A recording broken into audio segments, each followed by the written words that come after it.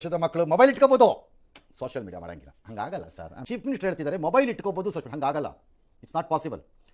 If you want to ban them, ಲಾಗಿನೇ ಆಗಕ್ಕಾಗಬಾರ್ದು ಅವರು ಸೋಷಿಯಲ್ ಮೀಡಿಯಾ ಒಳಕ್ಕೆ. ದೇರ್ ಅಕೌಂಟ್ಸ್ ಇರ್ಕೂಡ್ದು. ಅದಾಗಬೇಕು ಅಂದರೆ ಆಯಾ ಮೊಬೈಲ್ ಆಯಾ ಕಂಪನಿಗಳಿಂದಾನೇ ನೀವು ಮಾಡಬೇಕು, which is Australia has done.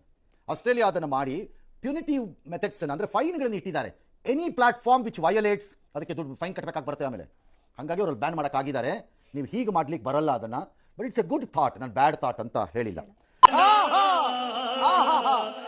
ರಾಜ್ಯಕ್ಕೆ ಸಾಮಾಜಿಕ ಜಾಲತಾಣವನ್ನು ನಿಷೇಧ ಮಾಡುವ ರೀತಿ ಪ್ಲಾಟ್ಫಾರ್ಮ್ ಲೆವೆಲ್ನಲ್ಲಿ ಅಧಿಕಾರ ಇದೆ ಅಂತ ನಾನು ಪರಿಗಣಿಸಿಲ್ಲ, ಇಲ್ಲವೂ ಇಲ್ಲ. ಫಾರ್ ಎಕ್ಸಾಂಪಲ್, ಒಂದು ವೇಳೆ ನೀವು ಮಾಡಿದ್ರೆ ಕೋರ್ಟ್ಗೆ ಹೋಗಿ ಮಾಡಿಸ್ತಾರೆ. ಇನ್ನು ಅದೆಲ್ಲ ಅಧಿಕಾರ ಕೇಂದ್ರದಲ್ಲಿದೆ. ಮತ್ತು ನರೇಂದ್ರ ಮೋದಿ, ನನ್ನ ಪ್ರಕಾರ ಸಿದ್ದರಾಮಯ್ಯನವರು ಮಾಡಿರಲಿ, ಯಾರು ಮಾಡಿರಲಿ, ಒಳ್ಳೇದು ಅಂತ ಹೇಳಿ ಅವರು ಅದನ್ನು ತರೋದು ಉತ್ತಮ. ಅಲ್ಲೊಂದು ಬುರುಡೆ ಬಿಡೋ ಗಿರಾಕಿಗಳು 3 ಜನ ಇದ್ದಾರೆ. ನಾವು we don't believe in ban, we believe in moderation ಅಂತ ಬುರುಡೆ ಬಿಡೋದಿದ್ದಾರೆ. ಒಂದು 6-7 ಜನ 5-6 ಜನ ಇದ್ದಾರೆ.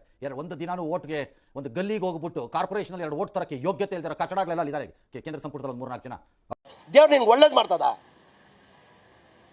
ನಿನ್ ಜನ್ಮಕ್ಕೆ ಹೋಗೋ. ಅವ್ರಗಳದ್ದು ಇದೇ ವಾದ, ಬರೀ ಇಂಥದೇ ಬುರುಡೆ ವಾದ ಬರೀ. ಅವ್ರಿಗೇನು ಹೋಗ್ಬೇಕು, ಅವ್ರ ಮಕ್ಕಳು ನೆಗೆದು ಬಿದ್ದೋದಾಗ ಗೊತ್ತಾಗುತ್ತೆ. ನೆಗೆದು ಬಿದ್ದೋಗ್ಲಿ ಅನ್ನೋದೇ ನನ್ನ ಶಾಪ. ಇನ್ನೇನು ಹೇಳೋದು, ಮತ್ತೆ ಬೇರೆಯವ್ರ ಮಕ್ಕಳು ಹಾಳಾಗ್ತಿರ್ಬೇಕಾದ್ರೆ. ಸಾಮಾಜಿಕ ಜಾಲತಾಣದ ಉದ್ದೇಶ ಚರ್ಚೆಯಲ್ಲಿ ಆಗಬೇಕು ಅಂದರೆ ಶಾಲಾ ಕಾಲೇಜ್ ವಲಯದಲ್ಲಿ ನಿರ್ಬಂಧ ಮಾಡ್ಬೋದು, ದಟ್ ಸ್ಕೂಲ್ಸ್ ಮಾಡ್ಕೋಬೋದು ಬೇಕಾದ್ರೆ. But it doesn't make much difference. ಭಾಳ ವ್ಯತ್ಯಾಸ ಮಾಡಲ್ಲ.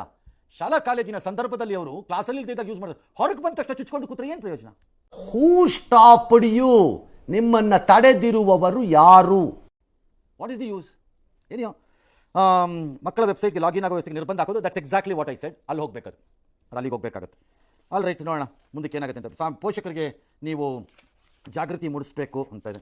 ಕೆಲವು ಪೋಷಕರಿಗೆ ಜಾಗೃತಿಯನ್ನು ಮೂಡಿಸ್ಬೇಕು, ಕೆಲವು ಪೋಷಕರಿಗೆ ಮಕ್ಕಳೇ ಜಾಗೃತಿಯನ್ನು ಮೂಡಿಸತ್ವೆ. ಇನ್ನು ಕೆಲವು ಪೋಷಕರಿಗೆ ಟಚ್ ಮಾಡಿದ್ರೆ ಮಗು ಎಲ್ಲಿ 6ನೇ ಮಾಡಿ 7ನೇ ಮಾಡಿ, ನದಿ, ಕೆರೆ, ಬಾವಿ, ರೈಲು ಟ್ರ್ಯಾಕು ಇಲ್ಲಿದೆಯೋ ಭಯ ಭಯ ಆ ಲೆವೆಲ್ಗೆ ಬಂದಿದ್ದಾರೆ.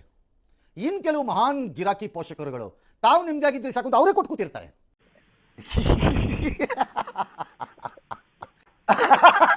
ತಾವು ನೆಮ್ಮದಿಯಾಗಿದ್ದರೆ ಸಾಕು. ನೋಡಿದ್ದೀನಿ, ನೋಡ್ಬಿಟ್ಟೇ ಹೇಳ್ತಿರೋದನ್ನ ಇದನ್ನು. ಎಂಥ ಪಿಡುಗಿಗೆ ವ್ಯಸನಕ್ಕೆ ಸಿಕ್ಕಾಕೊಂಡಿದ್ದೀವಿ ಅಂತ. ಏಕಾಏಕಿ ಬ್ಯಾನ್ಗೆ ಶಿಕ್ಷಣ ತಜ್ಞರು ಆಕ್ಷೇಪ ಆಯಿತು. ಶಿಕ್ಷಣ ತಜ್ಞರು ಅವರು ಪಂಡಿತೋತ್ತಮರವರು ಏಕಾಏಕಿ ಬೇಡ, ಹೇಗೆ ಮಾಡಬೇಕು ಅಂತ ಹೇಳ್ರಪ್ಪ, ಬಂದು ನಿಮ್ಮ ಮಕ್ಕಳ ಮೇಲೆ ಫಸ್ಟ್ ಮಾಡ್ತೀವಿ.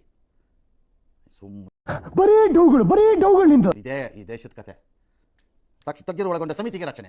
ಸುಮ್ಮನೆ ಕೂತ್ಕೊಂಡ್ರೆ ಬಾಯಿ ಮುಚ್ಕೊಂಡು ಸಮಿತಿ ಸಮಿತಿ ಸಮಿತಿ ಅಂತ ಸಾಯ್ತಾರೆ ಈ ದೇಶದಲ್ಲಿ. ಟಾಯ್ಲೆಟಲ್ಲಿ ಇವತ್ತು ನೀರು ಬರಲಿಲ್ಲ ಅಂದ್ರೂ ಸಮಿತಿ ಮಾಡು ಅಂತಾನೆ ಒಬ್ಬ ಬಂದು ಬೇಕಾರೆ. ಆ ಲೆವೆಲಲ್ಲಿ ಇದೆ ಈ ದೇಶ. ಮಾತೆತ್ತಿದ್ರೆ ಸಮಿತಿ ಬರೀ ಸಮಿತಿನೇ. ಯಾಕಂದ್ರೆ ಇವರೇ ಮೆಂಬರ್ಗಳಾಗಬೇಕಲ್ಲ, ಪುಕ್ಕಟೆ ಬಾವುಟಾರ್ಸ್ಕೊಂಡು ಓಡಾಡಕ್ಕೆ ಯೂಸ್ಲೆಸ್ ಫೆಲೋಸ್. ಎಸ್, ಮಧ್ಯಾಹ್ನ ತಕ್ಷಣ ಗುಡುಗು ಮಿಂಚು ಬರ್ತಿದೆ.